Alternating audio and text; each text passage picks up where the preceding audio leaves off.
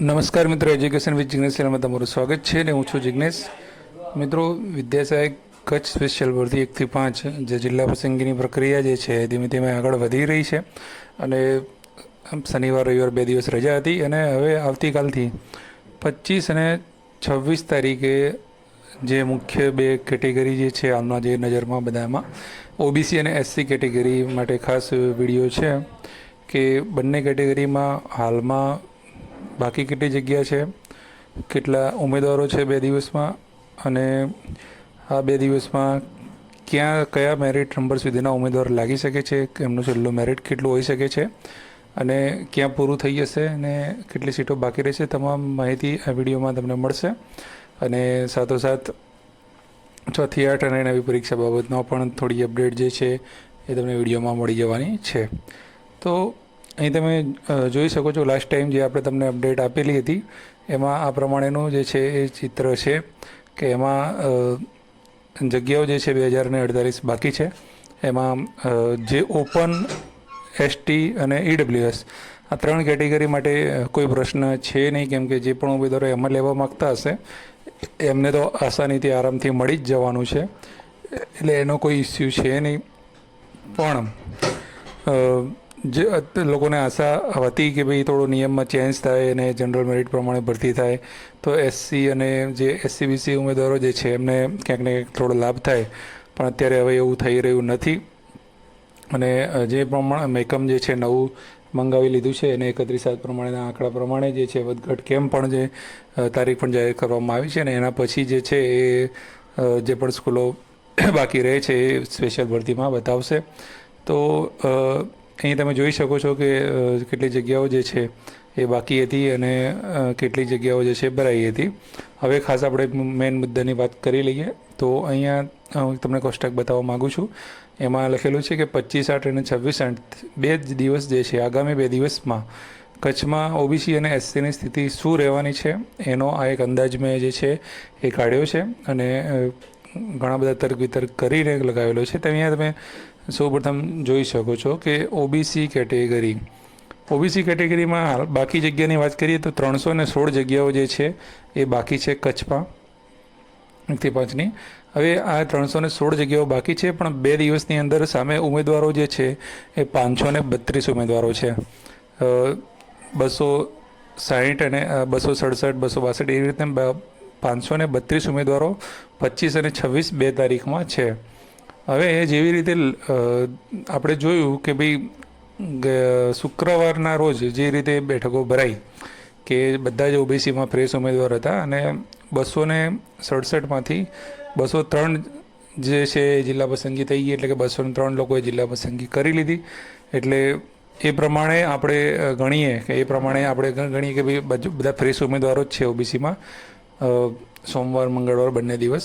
તો એ પ્રમાણે જો આપણે ગણીએ તો સોમવારની 200 સીટો ગણીએ આપણે તો સોમવારે જે છે આ 316માંથી 200 સીટો ઓછામાં ઓછી 200 તો સીટો ભરાઈ જ જશે, એ પૂરેપૂરી ભરાવાની શક્યતા છે. કેમ કે સોમવારે પણ 260થી વધુ લોકો જે છે એ ઓબીસીવાળા જિલ્લા પસંદગી માટે જવાના છે. ત્યારબાદ આપણે બીજા દિવસ 26 તારીખની વાત કરીએ તો 116 આસપાસ જગ્યાઓ બચે, પણ ઉપરની થોડી ઘણી પીએચની જગ્યાઓ પણ હશે. તો એ કદાચ 15-20 જગ્યાઓ જે પીએચ કદાચ બાકી રહી હોય તો આપણે 100 આસપાસ જગ્યાઓ ઓબીસીમાં 26 તારીખે બચવાની છે. અને એ 26 તારીખના રોજ જે પણ લોકો બોલાવવામાં આવ્યા છે એ 26 તારીખમાંથી પ્રથમ મેરિટ નંબર જે છે ઓબીસીમાં એ 26 તારીખના દિવસે જેનો પહેલો વારો છે એમાં ત્યાંથી લઈ અને લગભગ 100 સીટો છે, એટલે 140 જેવા લોકો જે છે 130થી 40 જેવા લોકો એ દિવસે 26 તારીખે લાગી શકે છે. તો મેં અહીંયા લખ્યું છે કે ઉમેદવારો 532 છે અને 26 તારીખે ઓબીસી જ્યારે પૂરું થશે તો ઓબીસી કેટેગરી નંબર એ કયો હશે તો આશરે જે છે 1410થી 1430ની વચ્ચે હોઈ શકે છે. અને મેરિટ જે છે એ મેક્સિમમ જે છે 67, મિનિમમ જે છે 67.6414 જેવું રહી શકે છે. એનાથી નીચું મેરિટ ઓબીસીનું રહે એવું હાલ હવે લાગતું નથી, અને રહે તો સારું છે. એ આપણા બધા નસીબમાં કે ભાઈ હશે તો તમને લાગી જશે.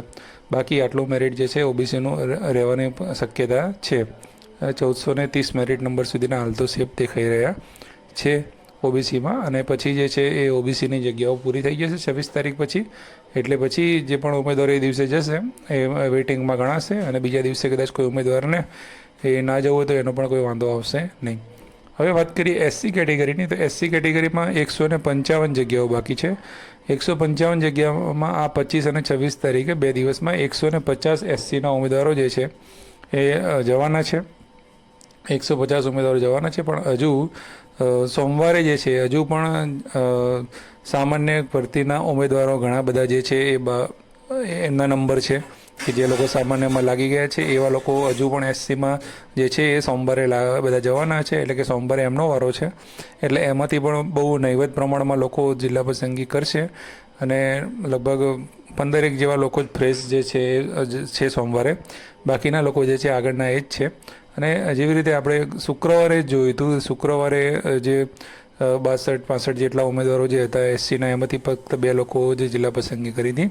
તો એ પ્રમાણે સોમવારે આપણે ગણીએ તો મેક્સિમમ 10 લોકો જિલ્લા પસંદગી કરી શકે એમ છે. અને બીજા દિવસે આપણે કરીએ મંગળવારે, એટલે કે મંગળવાર 26 તારીખે, તો બધા જે છે ફ્રેશ ઉમેદવારો જે છે એસસીમાં આવી જવાના છે. અને એ દિવસે લગભગ 70 જેવા લોકો જે છે એ જિલ્લા પસંદગી કરવા જવાના છે એસસીના. તો એમાંથી આપણે મેક્સિમમ આપણે ગણી લઈએ 60 લોકો, અને 20, એટલે કે એમ કરી ટોટલ જગ્યાઓ જે છે એ 2 દિવસમાં એટલી લગભગ 80 આસપાસ કે 70-80ની વચ્ચે જે છે એ ભરાશે એસસીની. તો અહીંયા 155 જગ્યાઓ જે છે એની સામે ઉમેદવારો તમે જુઓ તો 2 દિવસમાં 150. અને ક્યાં સુધી લાગી શકે છે? તો છેલ્લો 392 મેરિટ નંબર જે છે એસસીમાં 26 તારીખે છેલ્લો નંબર 392 મેરિટ નંબર છે. એટલે આટલા સુધી એ બધા જે છે 26 એ તો લાગી જ જવાના છે. અને જે છેલ્લું મેરિટ 392 વાળો છે એનો મેરિટ છે 67.4684. અને એવું નથી કે 26 તારીખે સીટો પૂરી થઈ જવાની છે. 26 તારીખે પણ લગભગ 80થી વધુ જગ્યાઓ જે છે એસસી માટે બાકી રહેશે. તો એ 26 તારીખે 80થી પ્લસ જગ્યાઓ રહેશે, પછી ફ્રેશ ઉમેદવારો ચાલુ થશે, તો રોજ એ પ્રમાણે જગ્યાઓ ભરાશે. અને એ પછી 26 તારીખે આપણે સચોટ એસસી માટે તમને કહી દઈશું, જેવી રીતે આજે ઓબીસી માટે કહી દીધું કે કેટલું અંદાજે લાગી શકે છે અને કેટલા આવી શકે છે એ.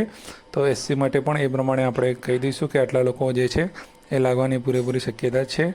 તો આ બંને કેટેગરીનું જે છે ઉમેદવારોની રાહ જોતા હોય છે અને ઘણા બધા મૂંઝવણમાં હોય છે. તો એનું સેફ ઝોન શું છે એ બધી વાત મેં તમને આ વિડીયોમાં કરી લીધી. તો અહીંયા તમે જોઈ શકો છો, તમે સેફ છો કે કેવી રીતનું છે. અને કહી દઈએ કે આ 100% સાચું નથી હોતું, થોડું ઘણું આગુ પાછું રહેતું હોય છે. પણ મેં જે પણ કારણોથી આ વસ્તુ કરી છે એ બનાવી છે એ મેં તમને કહી દીધા કે આજ આસપાસ જે છે એ રહી શકે છે. અને હવે વાત કરીએ આપણે 6 થી 8માં જોઈએ કે ભાઈ 23 તારીખ સુધીમાં જે જ્ઞાન સહાયક અને ડિગ્રી સાથેનું જે પણ પ્રશ્નો હતા એ સમિતિએ સાંભળી લીધા છે. જાણવા એવું મળેલ છે કે મોટાભાગના કોઈ ઉમેદવારો જે છે એ પૂરેપૂરા પુરાવા જે છે એ રજૂ કરી શક્યા નથી. તો એફએમએલમાં જે ફેરફાર થવાની જે શક્યતા છે એ બહુ જ નહિવત છે. અને હવે આશા રાખીએ કે કોઈ ભરતી સમિતિ જલ્દીથી કોર્ટને એ જે પણ કારણો જે છે એ રજૂ કરી દે અને જે પણ ખુલાસા કરી દે. અને ત્યારબાદ હવે 6 થી 8ની ભરતી પ્રક્રિયા આગળ વધવાની દિશામાં જે છે એ જણાઈ રહી છે.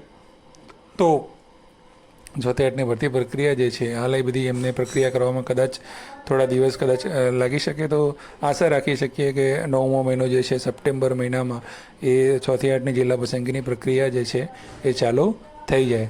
સાથે સાથે બીજી પણ એક અપડેટ છે કે જે લોકો પરીક્ષાની તૈયારીઓ કરે છે ટેટ અને ટાટની, એ લોકો પણ પરીક્ષા આપવા માટે તત્પર બનેલા છે. તો આજના ન્યૂઝ અહેવાલ પ્રમાણે પણ તમે જોઈ શકો છો કે લોકો શિક્ષણ મંત્રીને પરીક્ષા માટેનું પણ આવેદન આપે છે. તો પરીક્ષા પણ ટૂંક સમયમાં જાહેર થાય તો નવાય નહીં, પણ એના પહેલાં ભરતીઓ બધી પૂરી થઈ જવી એ જરૂરી છે. તો આથી આજની સમગ્ર જે છે એ જાણકારી મારે તમને આપવી હતી એ છે.